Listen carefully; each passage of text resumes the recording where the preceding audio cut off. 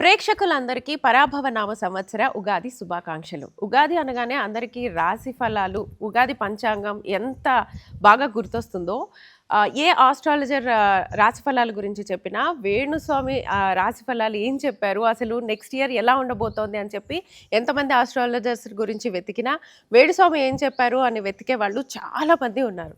So మీ జీవితంలో జరిగే మంచి కన్నా చెడును ముందుగా మీరు తెలుసుకోండి అని చెప్పిన ఏకైక ఆస్ట్రాలజర్ వేణుస్వామి గారు. సో ఈ పరాభవనామ సంవత్సరం రోజున, ఉగాది రోజున నేను వేణుస్వామి గారితో ఉన్నాను. ఈ పరాభవనామ సంవత్సరం ఎవరికి బాగుంటుంది, ఎవరికి బాగుండదు అనే విషయాలు ఇన్ డీటెయిల్గా తెలుసుకుందాం. నమస్తే స్వామి. నమస్తే తల్లి. ఓం నమో వెంకటేశాయ. వెంకటాద్రి సమం స్థానం బ్రహ్మాండే నాస్తి కించన. వెంకటేశ సమోదేవో నా భూతో నా భవిష్యతి. వీక్షకులందరికీ కూడా శ్రీ పరాభవనామ సంవత్సర ఉగాది శుభాకాంక్షలు. ఈ సంవత్సరం అంతా కూడా గ్రహాల కదలిక ఎలా ఉన్నా మీ అన్ని రాసుల వారికి అనుకూలంగా జరగాలని వెంకటేశ్వర స్వామి వారిని ప్రార్థిస్తూ ఓం నమో వెంకటేశాయ.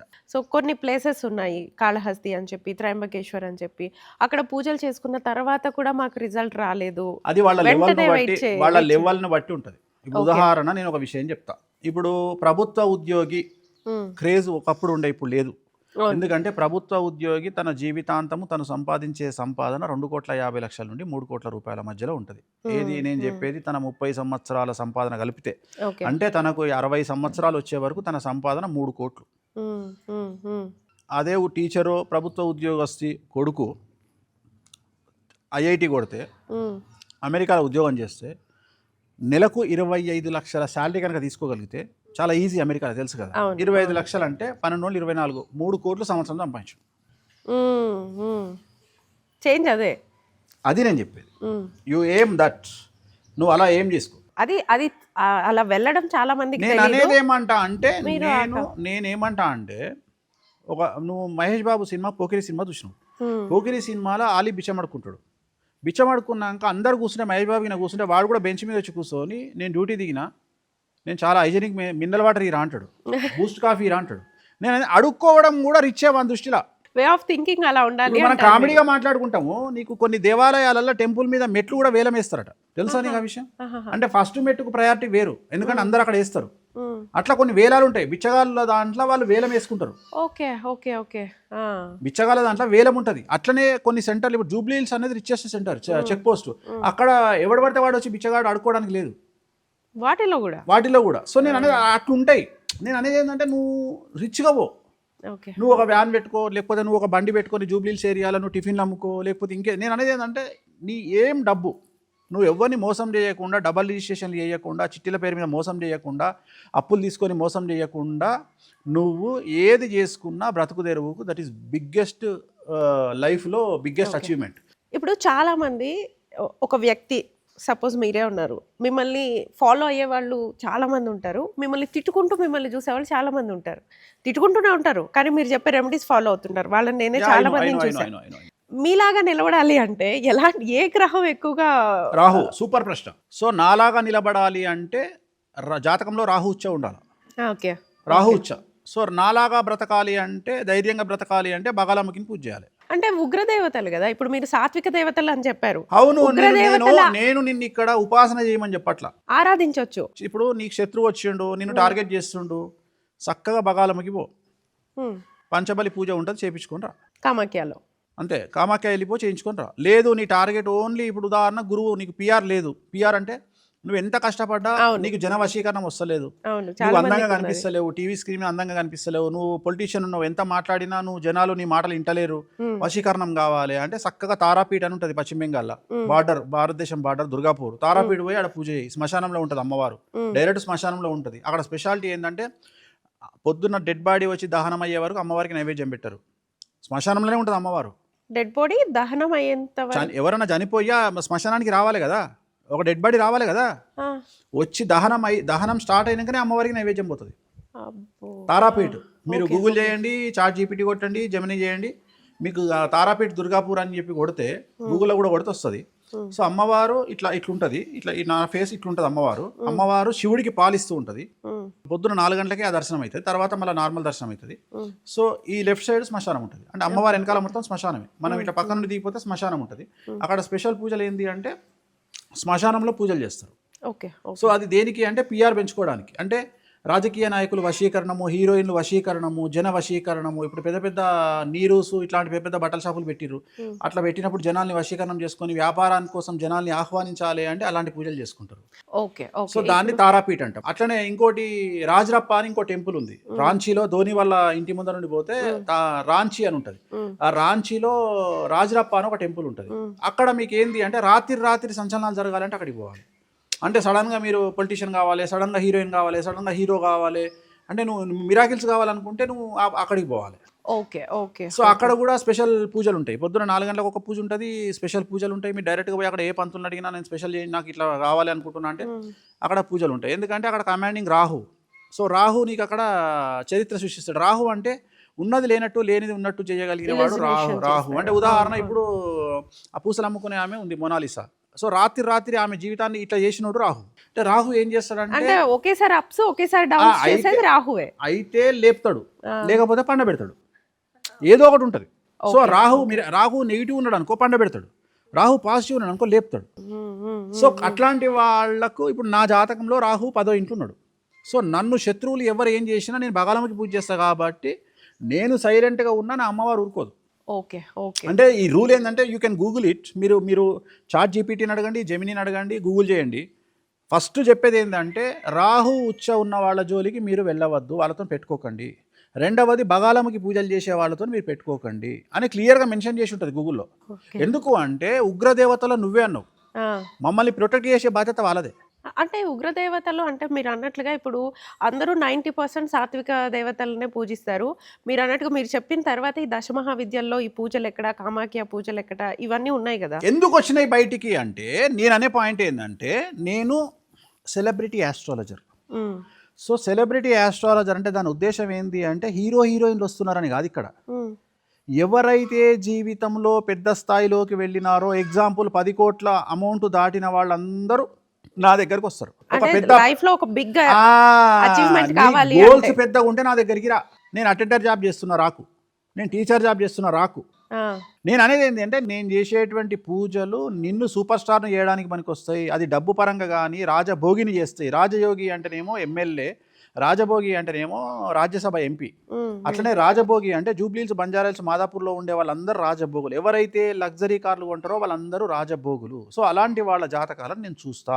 నువ్వు ఆ స్థాయికి రావాలంటే నా దగ్గరికి రా. నువ్వు వ్యాపారం రావాలంటే ఎక్కువ ఖర్చు అయితే ఏం లేదు, నేను 6,000 రూపాయలు తీసుకుంటా జాతకానికి. అందరు అట్లా పబ్లిసిటీ చేస్తారు. నేను 6,000, నాది లోయెస్ట్ ఫీజు ఆంధ్రప్రదేశ్, తెలంగాణ ఆంధ్రప్రదేశ్లో లోయెస్ట్ ప్రైస్ తీసుకునేది నేను ఒక్కరినే 6,000 రూపాయలు తీసుకుంటా. కాకపోతే నీకు ఓపిక ఉండాలి, వెయిటింగ్ ఓపిక ఉండాలి. ఇవాళ నాకు 1000 మంది క్లయింట్లు వెయిట్ చేస్తున్నారు ఈ రోజు పరిస్థితి. ఇప్పుడు వీళ్ళు అందరూ రావాలంటే it will take 2 months. So 2 months వరకు వెయిట్ చేయగలిగినటువంటి పరిస్థితి నీ దగ్గర ఉండాలి. కొంతమంది నా ఆఫీస్కి వచ్చి కూర్చొని జనాలు ఉన్నారని వెళ్ళిపోయిన వాళ్ళు కూడా ఉంటారు. అంటే జనాలు ఉన్నారు, నేను ఇంతసేపు ఉండాలన్నా, నేను వేణుస్వామి ఆఫ్టర్ ఆల్ వీని దగ్గర నేను ఎందుకు ఉంటాను వెళ్ళిపోతారు. మీరు చెప్పిన ప్రతి జాతకం ఆల్మోస్ట్ 80% స్ట్రైక్ రేట్ మొత్తం సక్సెస్ అయింది. కర్మని ఎవరు మార్చలేరు కదా, అది ఎలా మారుతుంది? కర్మను ఎవరు మార్చలేరు, రైట్. మీ ఇంట్లో పెద్దవాళ్ళు ఉన్నారు, మీ అమ్మనో మీ నాన్ననో ఉన్నారు. మీ ఇంట్లో పెద్దవాళ్ళకి ఎవరికైనా హార్ట్ అటాక్ వచ్చింది, కర్మని మార్చలేమని బెడ్ మీద వండ పెడతావా, హాస్పిటల్ తీసుకుపోతావా? ఖచ్చితంగా తీసుకెళ్తాం. తీసుకుపోవద్దు కదా మరి నువ్వు చెప్పేదాని ప్రకారం. ఆన్సర్ చెప్పమ్మా. నన్ను ప్రశ్న అడిగినావు, నేను నిన్ను ప్రశ్న అడుగుతున్నా. ప్రయత్నం అయితే చేస్తాం. జ్యోతిష్యం అనేది అంధకార బంధురంలో ఉండేటువంటి మనిషి బ్రతకడానికి కావలసినటువంటి ఒక జ్యోతి. అలాగే ఇది ఒక ఎక్స్రే. ఎలాగైతే నీ కాలో చెయ్యో ఇరిగింది అంటే నువ్వు ఎక్స్రే తీయించుకొని డాక్టర్ దగ్గరికి పోతావో, అలాగే నీ జాతకం అనేది నా దృష్టిలో ఎక్స్రే. నేను అనేటువంటి వాడిని జ్యోతిష్కుడిని, డాక్టర్ను. నీ జాతకము నువ్వు పుట్టినప్పటి సందర్భంలో ఉండేటువంటి జాతకాన్ని, లగ్నాన్ని, గ్రహాలను బేస్ చేసుకొని నీ జీవితంలో జరగబోయేటువంటి సంఘటనలను విశ్లేషణ చేసి నీకు జరగబోయేటువంటి నష్టాన్ని తెలియజేయడము నా బాధ్యత. ఇది ఈ రోజు నుండి వచ్చినటువంటిది కాదు. గత చరిత్ర తీసుకుంటే శ్రీకృష్ణ దేవరాయలు కానీ ఏ రాజును తీసుకున్నా వాళ్ళ ఆస్థానంలో జ్యోతిష్య పండితులు ఉండేవాళ్ళు. వాళ్ళు ఏం చేసేవాళ్ళు అంటే యుద్ధాలు ఎప్పుడు వస్తాయి, కరువు కాటకాలు ఎప్పుడు వస్తాయి, వర్షాలు ఎప్పుడు పడతాయి, ఇవన్నీ చెప్పడం ఆస్థాన జ్యోతిష్కులు ఉండేవాళ్ళు. సో ఇవాళ కొత్తగా వస్తలేదు అంటే రాజు ద కింగ్, రాజు అనేవాడికి కష్టాలే రావు అనుకునే సందర్భంలో రాజుకు కూడా జ్యోతిష్కుడు ఉన్నాడు అంటే దాని అర్థం ఏంది అంటే ఇది. సో ఇవాళ సోనియా గాంధీ కూడా ఒక జ్యోతిష్కుడిని నమ్ముతుంది, ఇటలీ జ్యోతిష్కుడిని. అలాగే ఇవాళ భారతదేశ ప్రధానమంత్రి అయిన నరేంద్ర మోడీని కూడా కుర్తా గురూజీ అని ఒక గురూజీ దగ్గర జ్యోతిష్యం చెప్పించుకుంటారు. సో ప్రతి పొలిటీషియన్కు, ప్రతి ఎంటర్ప్రెన్యూర్కు, ప్రతి డబ్బు సంపాదించిన వాడు ఎక్కువగా నమ్మేది జ్యోతిష్యము. ఇవాళ భారతదేశాన్ని కమాండ్ చేసే ఫుల్ తోపైనటువంటి అంబానీ కూడా ఒక జ్యోతిష్కుడిని నమ్ముతాడు. సో ఎవరి స్థాయిని బట్టి వాళ్ళు జ్యోతిష్కులను నమ్ముతారు. వాళ్ళకంటే తోపులం మనం కాదు. సో జ్యోతిష్యము అనేటువంటిది కర్మ రాసి ఉన్నట్టు జరగదు. కర్మను అవాయిడ్ చేయడం కోసమే మనకు జ్యోతిష్యం ఉంది. ఉదాహరణ, నేను చేసేటువంటి రెమెడీస్ అన్నీ కూడా నీ జాతకంలో యోగం ఉంటే నువ్వు రాజయోగి రాజభోగి అవ్వడానికి పనిచేస్తాయి. అలాగే నీ జాతకంలో జరగబోయే చెడును అడ్డుకోవడానికి 90% పనిచేస్తాయి. అంటే నీ నెత్తిలో పడాల్సినటువంటి రాయి నా పూజల ద్వారా కాలు మీద పడుతుంది. సో కాలు మీద పడ్డప్పుడు డ్యామేజ్ అనేటువంటిది 90% తగ్గుతుంది. అండ్ మీ దగ్గరకు వచ్చిన వాళ్ళు జాతకాలు చూపించుకున్న వాళ్ళు కూడా అస్సలు బాలేని వాళ్ళకు కూడా మీరు ఫైనాన్షియల్ హెల్ప్ కూడా చాలా హెల్ప్ చేస్తాను. నేను నా దగ్గరకు వచ్చిన జాతకులకు, డబ్బు లేనటువంటి వాళ్ళకు ఫ్రీగా జాతకాలు చెప్తా. మొన్న ఒకడు వచ్చిండు, ఏం చేస్తావురా అంటే నేను వాచ్మెన్ అన్నాడు. వాచ్మెన్ అంటే నీ జీతం ఎంత రా అన్న? 7,000 అన్న. నాకు 6,000 ఇచ్చిండు. బండబూతులు తిట్టి నా మేనేజర్ని పిలిచి 6,000 రిటర్న్ అని చెప్పిన. తెలుసు. నేనన్నా నీ 6,000 రూపాయలకే తెస్తున్నావు నువ్వు 7,000 రూపాయల జీతం కానీ 6,000 నాకు ఇచ్చి నువ్వేం తింటావురా అని చెప్పి మళ్ళీ ఇంకో 10,000 ఎక్కించి పంపించిన.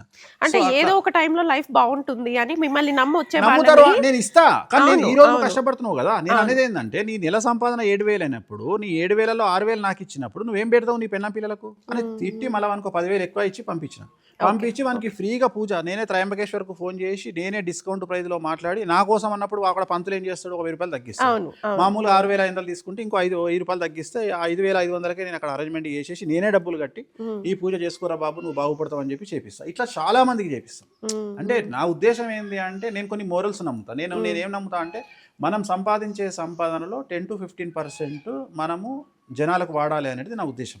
సో నేను సంపాదించే సంపాదన ఏ రకంగా సంపాదించినా, జ్యోతిష్యం మీద కానీ ఇతరత్ర రియల్ ఎస్టేట్లో కానీ ఎట్లా సంపాదించినా నా సంపాదన నుండి, కాకపోతే అమ్మాయిలకు ఎక్కువ కేటాయిస్తా. 10% నేను సంపాదించే సంపాదన అమ్మాయిలకు కేటాయిస్తా. నేను ఎవరికి ఏది కావాలనో అదే ఇస్తా, అంతే తప్ప నేను అందరికీ డబ్బులే ఇయ్యను. కొన్నిసార్లు ఒక మనిషికి ఫుడ్ అవసరం ఉంటుంది, కొన్నిసార్లు డబ్బు అవసరం ఉంటుంది, కొన్నిసార్లు డాక్టర్ అవసరం ఉంటాడు. అట్లా కొన్నిసార్లు నా సపోర్ట్ అవసరం ఉంటుంది, మానసికమైనటువంటి కౌన్సిలింగ్ సపోర్ట్ ఉంటుంది. సో ఆ మనిషిని బట్టి నేను అది చేస్తాను. Okay, so me coming to మనం మెయిన్ పరాభవ నామ సంవత్సర రాశి ఫలాల కోసం అందరూ వెయిట్ చేస్తున్నారు కాబట్టి ఒక్కొక్క రాశి గురించి చెప్పు. సో ఈ సంవత్సరం పరాభవ నామ సంవత్సరానికి సంబంధించి మనం ఆల్రెడీ యుద్ధం ఫేస్ చేస్తూ ఉన్నాము. సో నాకు తెలిసినంత వరకు ఈ సంవత్సరం మన వంట నూనె ధరలు చాలా పెరిగేటువంటి అవకాశం ఉంది. అలాగే ఈ సంవత్సరం ఇంటర్నెట్ ఆగిపోయే అవకాశం ఉంది కొన్ని రోజుల పాటు, లేదా ఆల్రెడీ గ్యాస్ కూడా ఇబ్బంది అవుతుంది కదా.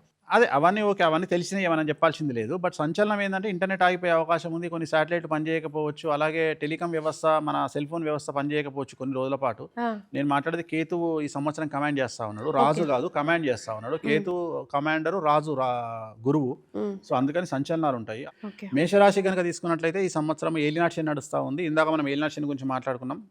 ఎవరైతే 25 సంవత్సరాల పైబడ్డటువంటి ఏలినాటి శని వాళ్ళు ఉంటారో వాళ్ళ ఇంట్లో తల్లిదండ్రులకు ఒకళ్ళకు ప్రాణగండాలు, అపమృతి దోషాలు అనేవి కనిపిస్తూ ఉన్నాయి. అలాగే పోలీస్ కేసులు, న్యాయ వ్యవస్థపరమైన ఇబ్బందులు, ఆర్థికపరమైన ఇబ్బందులు, సామాజికమైన ఇబ్బందులు, సమాజంలో చెడ్డ పేరు రావడము, భార్యాభర్తలు అయితే గొడవలు కావడము, అలాగే వాహన ప్రమాదాలు, అగ్ని ప్రమాదాలు, చోర భయము, ఇవన్నీ కూడా వాళ్ళని బాధించే అవకాశం ఉంది. విద్యార్థులు అయితే ఉత్తీర్ణత శాతం తగ్గే అవకాశం ఉంది, బ్యాక్లాగ్స్ ఉండే అవకాశం ఉంది, కోరుకున్నటువంటి యూనివర్సిటీలో ప్లేస్మెంట్స్ రావు, వీసాలు రావు, అవివాహితులకు అలాగే వెయిటింగ్ పీరియడ్ కనిపిస్తూ ఉంది. ఒకవేళ పెళ్ళైన భార్యాభర్తల మధ్యన గొడవలు ఉండే అవకాశం ఉంది. ఉద్యోగస్తులకు సంబంధించి ప్రైవేట్ రంగ ఉద్యోగులు కోల్పోయే అవకాశం ఉంది. ప్రభుత్వ ఉద్యోగస్తులు అయితే ఏసీబీ, సిఐడి, సిబిఐ లాంటి కేసులు బాధించే అవకాశం కనిపిస్తూ ఉంది. రాజకీయ నాయకులకు ఓటమి కనిపిస్తూ ఉంది. జనాల్లో చెడ్డ పేరు వచ్చేటువంటి అవకాశం కనిపిస్తూ ఉంది.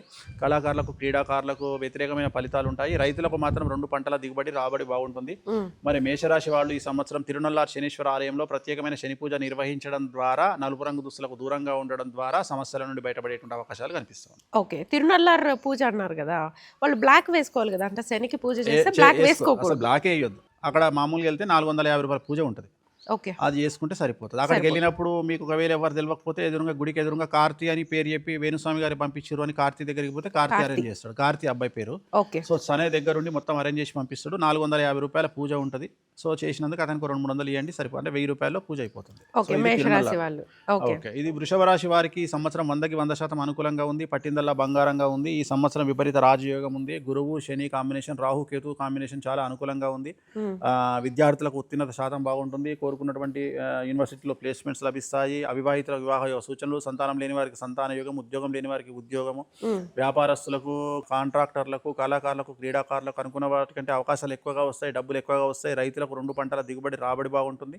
సో ఈ సంవత్సరం స్త్రీలకు అనుకూలంగా ఉంటుంది. సో వృషభ రాశి వారికి ఎటువంటి సమస్యలు లేవు, ఎటువంటి రెమెడీస్ లేవు ఈ సంవత్సరం. అవసరం లేదు. 100% out of 100 good. Okay, next మిథున రాశి వారికి కూడా 100% అనుకూలంగా ఉంది. జూన్ 2 తర్వాత విపరీత రాజయోగం స్టార్ట్ అవుతుంది. గురువు ద్వితీయంలోకి రాబోతా ఉన్నాడు.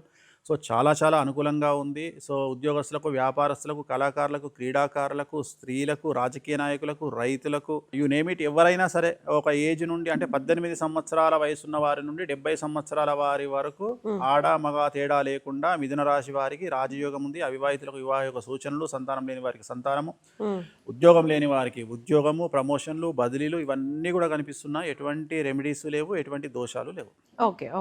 నెక్స్ట్ కర్కాటక రాశి వారికి కూడా ఇంచుమించు 100కు 90% అనుకూలంగా ఉండబోతా ఉంది. జూన్ 2వ తేదీ నుండి విపరీత రాజయోగం ప్రారంభమవుతా ఉంది. చాలా అనుకూలంగా ఉండబోతా ఉంది. వీళ్ళు గుర్తుంచుకోవాల్సింది, ఎవరైతే 65 సంవత్సరాలు దాటిన వాళ్లకు ఆరోగ్య భంగములు, అలాగే జూన్ వరకు కాళ్లకు చేతులకు దెబ్బలు తగిలేటువంటి అవకాశము, యాంగ్జైటీ డిజార్డర్ బాధించే అవకాశం ఉంది. గురువారం నాడు ఎల్లో కలర్ దుస్తులు ధరించండి, ధైర్యంగా ఉండండి, సమాజంలో వచ్చే విమర్శలను పట్టించుకోకండి. సో చాలా అనుకూలంగా ఉంది. విద్యార్థులకు ఉత్తీర్ణత శాతము, వ్యాపారస్తులకు విపరీతమైన డబ్బు, కాంట్రాక్టర్లకు కొత్త అవకాశాలు, రైతులకు 2 పంటల దిగుబడి రాబడి బాగుంటుంది. రాజకీయ నాయకులకు విశేషించి యోగకాలంగా భావించాల్సి ఉంటుంది. సో ఏ రంగం వారిని తీసుకున్నా కర్కాటక రాశి వారికి అనుకూలంగా ఉంది. వీళ్ళు చేయాల్సిన రెమెడీ, శ్రీకాళహస్తిలో గురు దక్షిణామూర్తి వద్ద గురుహోరలో గురువారం నాడు అర్చన చేయించుకోవాలి. ఓకే, అంటే వీళ్ళకి ఈ రాసుల వాళ్ళకి మీరు ఆదాయ వ్యయాలు ప్రామాణికం కాదు, జనరల్ గా ప్రామాణికం కాదు. అందుకని నేను చెప్పాను ఆ మాట. జ్యోతిష్కులు చెప్పారు, నేను చెప్తా ప్రామాణికం కాదు అని చెప్తా. అంటే చాలా మంది రాశి ఫలాల్లో ఫస్ట్ ఆదాయ వ్యయం చూస్తారు. నేను ఇచ్చే సజెషన్ ఏంటంటే ఆదాయ వ్యయాలను పట్టించుకోకండి. అంటే దెర్ ఇస్ నో శాస్త్ర ప్రామాణికం, అంటే శాస్త్ర ప్రామాణికం లేదు. ఎందుకు చెప్తున్నా అంటే, ఇప్పుడు ఉదాహరణ, ఈ సంవత్సరం ఉగాది ఎప్పుడు వస్తుంది? గురువారం వస్తుంది. ఇప్పుడు ఈ సంవత్సరం మీరు ఆదాయ వ్యయాలు చూడండి, రాజపూజ అవమానాలు చూడండి. నెక్స్ట్ ఇయర్ గురువారం వచ్చింది అనుకో, మళ్ళీ ఇవే ఉంటాయి. మళ్ళీ నెక్స్ట్ ఇయర్ గురువారం వచ్చింది అనుకో, ఇవే ఉంటాయి. వారాన్ని బట్టి మారుతాయి. ఎస్. సో సోమవారం నుండి ఆదివారం వరకు ఏ రోజు ఉగాది వచ్చినా ఆ రోజు ఇవే ఆదాయ వ్యయాలు ఉంటాయి. సో అందుకని శాస్త్ర ప్రామాణికం కాదు అని చెప్పిన. శాస్త్ర ప్రామాణికం కాదు, అందుకని నేను వాటిని ఎంటర్టైన్ చేయలేదు. నెక్స్ట్ సింహరాశి. సో సింహరాశికి అష్టమ శని నడుస్తా ఉంది. ఇందాక మనం మాట్లాడుకున్నాం, ఎం అనే లెటర్ కానీ, మీడియా అనే లెటరు.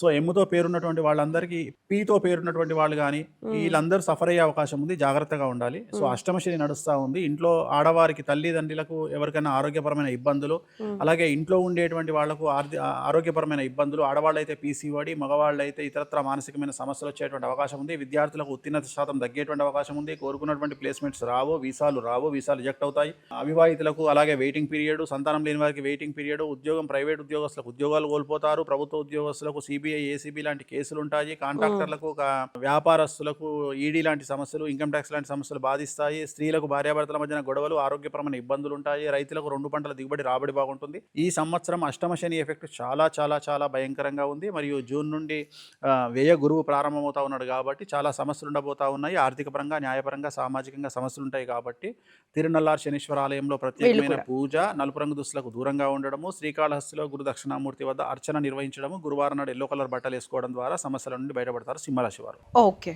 తర్వాత కన్యారాశికి 100కి ఇంచుమించుగా 95% అనుకూలంగా ఉంది. పట్టిందల్లా బంగారంగా ఉంటుంది. కొత్త అవకాశాలు వెతుకొస్తాయి.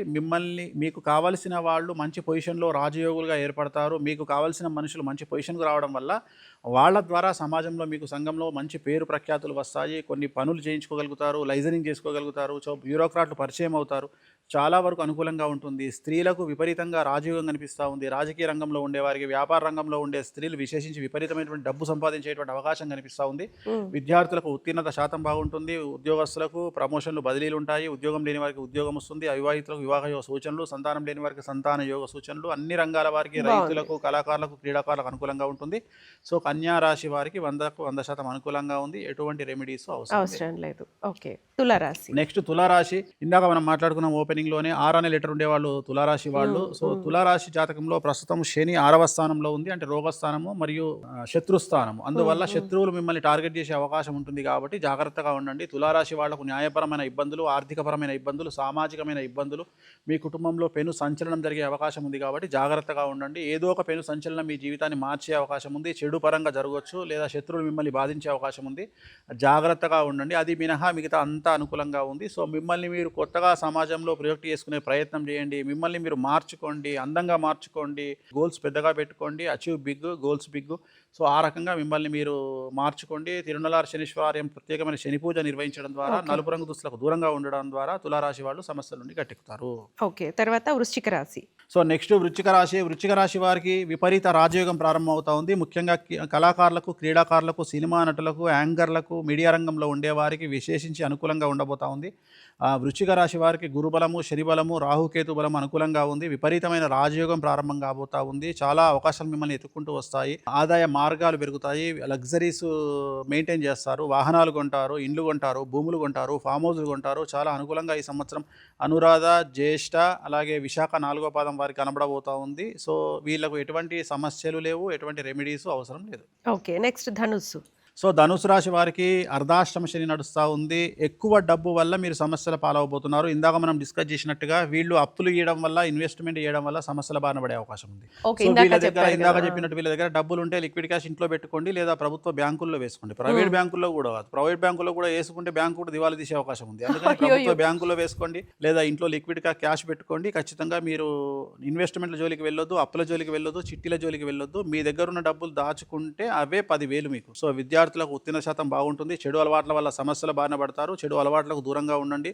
సో అవివాహితులకు వివాహ సూచనలు, సంతానం లేని వారికి సంతానము, రైతులకు 2 పంటల దిగుబడి రాబడి బాగుంటుంది. సో ఏ రంగం వారికి తీసుకుని అనుకూలంగా ఉంటుంది. అర్ధాష్టమ శని కారణం చేత తిరునల్లార్ శనీశ్వరాలయంలో ప్రత్యేకమైన శని పూజ నిర్వహించడం ద్వారా సమస్యల నుండి కట్టెక్కుతారు. ఓకే ఓకే, తర్వాత రాశి మకర రాశి. సో మకర రాశి వారికి 100% అనుకూలంగా ఉంది. శని, రాహు, కేతు, కుజుడు, గురువు అనుకూలంగా ఉన్నారు. విపరీత రాజయోగం గోచరిస్తూ ఉంది. విపరీతమైనటువంటి ఆదాయం పెరుగుతుంది. రాజకీయ నాయకులకు జనాల్లో విపరీతమైనటువంటి వశీకరణం ఏర్పడుతుంది. పదవులు లాభిస్తాయి. పార్టీ పదవులు, వ్యక్తిగతమైన పదవులు, అలాగే ప్రభుత్వ పదవులు, నామినేటెడ్ పోస్టులు వచ్చేటువంటి అవకాశం ఉంది. అలాగే ఈ సంవత్సరం ఎలక్షన్లు ఉన్నాయి. ఈ ఎలక్షన్లలో మీరు పోటీ చేస్తే గెలిచే అవకాశం కనిపిస్తూ ఉంది. మ్యాక్సిమం ఎరుపు రంగు బట్టలు వాడే ప్రయత్నం చేయండి. నలుపు రంగు దుస్తులకు దూరంగా ఉండండి. సో చాలా అనుకూలంగా మకర రాశి వారికి ఉంది. ఏ రంగం వారైనా, విద్యార్థులు, ఉద్యోగస్తులు, వ్యాపారస్తులు, రైతులు, కళాకారులు, క్రీడాకారులు అందరికీ అనుకూలంగా ఉంది. ఎటువంటి రెమెడీస్ వీళ్ళకి అవసరం లేదు. ఓకే, నెక్స్ట్ కుంభరాశి. సో కుంభరాశి ఇందాక మనం మాట్లాడుకున్నాం, ఎస్ అనే లెటర్ కుంభరాశికి సంబంధించింది. So it is very dangerous. So జాగ్రత్తగా ఉండాలి. నువ్వు కూడా దాంట్లోనే ఉన్నావు. చాలా జాగ్రత్తగా ఉండాలి ఈ సంవత్సరము. సో సమస్యల బారిన పడే అవకాశం ఉంది. సో నమ్మిన వాళ్ళ వల్ల మోసపోవడం, మానసికమైనటువంటి ఇబ్బందులు, శారీరక శ్రమ అధికంగా ఉండేటువంటి అవకాశం ఉంది. ఎక్కువగా ఆరోగ్యపరమైన ఇబ్బందులు ఆడవాళ్ళకు గోచరిస్తూ ఉన్నాయి. పీసీఓడి కానీ, డేట్ కానీ, హార్మోన్ ఇన్బ్యాలెన్స్ కానీ ఉండే అవకాశం ఉంది. కాబట్టి ఫుడ్ మంచిగా తీసుకోవాలి. హైజెనిక్ ఫుడ్, మంచి పౌష్టికాహారాన్ని తీసుకోవాలి. స్ట్రెస్ను కంట్రోల్ చేసుకోవాలి. నలుపు రంగు దుస్తులకు దూరంగా ఉండండి. తిరునల్లార్ శనీశ్వర ఆలయంలో ప్రత్యేకమైన శని పూజ నిర్వహించడం ద్వారా సమస్యల నుండి బయటపడే అవకాశం ఉంది. రాత్రిపూట వాహన ప్రయాణాలు నిషేధము. ఇది గుర్తుంచుకోండి. వాహన ప్రమాదం జరిగే అవకాశం ఉంది. అలాగే మీకు విలువైన వస్తువులు, సెల్ ఫోన్ కానీ, ఇతర గ్యాడ్జెట్స్ కానీ ఎత్తుకుపోయే అవకాశం ఉంది దొంగలు. కాబట్టి జాగ్రత్తగా ఉండండి. ఇది కుంభరాశి వారికి. ఓకే, మీనరాశి. సో చివరిది మీనరాశి. మీనరాశి వారికి ఈ సంవత్సరం టెస్టింగ్ టైం అని చెప్పాల్సి ఉంటుంది. 100కి 100% కాదు, 110% నెగిటివ్గా ఉన్నటువంటి రాశి మీనరాశి. ఆరోగ్యపరంగా, సామాజికంగా, న్యాయపరంగా, వృత్తిపరంగా, ఉద్యోగపరంగా, ఏసీబీ కేసులు, సిబిఐ కేసులు, ఈడీ కేసులు, ఇన్కమ్ ట్యాక్స్ గొడవలు, వాహన ప్రమాదాలు, దొంగతనాలు జరగడము, అగ్ని ప్రమాదాలు, చోర భయాలు, సో యు నేమ్ ఇట్, ప్రతి విషయంలోనూ భార్యాభర్తల విషయంలో సమస్యలు, కుటుంబంలో సమస్యలు, ఆర్థికపరమైన ఇబ్బందులు, అన్ఎక్స్పెక్టెడ్గా జాబ్ పోవడము, వ్యాపారంలో నష్టం రావడము, ఉద్యోగం పోవడము, ఏ రంగంలో తీసుకున్నా 18 సంవత్సరాల నుండి 70 సంవత్సరాల వారికి పూర్తిగా సమస్యలు గోచరిస్తూ ఉన్నాయి. తిరునల్లార్ శనీశ్వర ఆలయంలో ప్రత్యేకమైన శని పూజ నిర్వహించడము, నలుపు రంగు దుస్తులకు దూరంగా ఉండడము, అన్నిటికంటే ముఖ్యము కోపాన్ని తగ్గించుకోవడము, ఇగోను తగ్గించుకోవడము, జలసును తగ్గించుకోవడం వల్ల వీళ్ళు సమస్యల నుండి గట్టెక్కుతారు మీనరాశి వారు. థ్యాంక్ యూ సో మచ్ స్వామి. ఈరోజు మాకు టైం ఇచ్చి పరాభవ నామ సంవత్సరంలో అందరికీ ఒక బూస్టప్ ఇచ్చారు, ఏ రాశి బాగుంటుంది ఏ రాశి బాగుండదు అని. అండ్ లైఫ్ స్టైల్కి సంబంధించి కూడా కొంచెం మోటివేషన్ కూడా ఇచ్చారు. Thank you so much. ఓం నమో వెంకటేశాయ.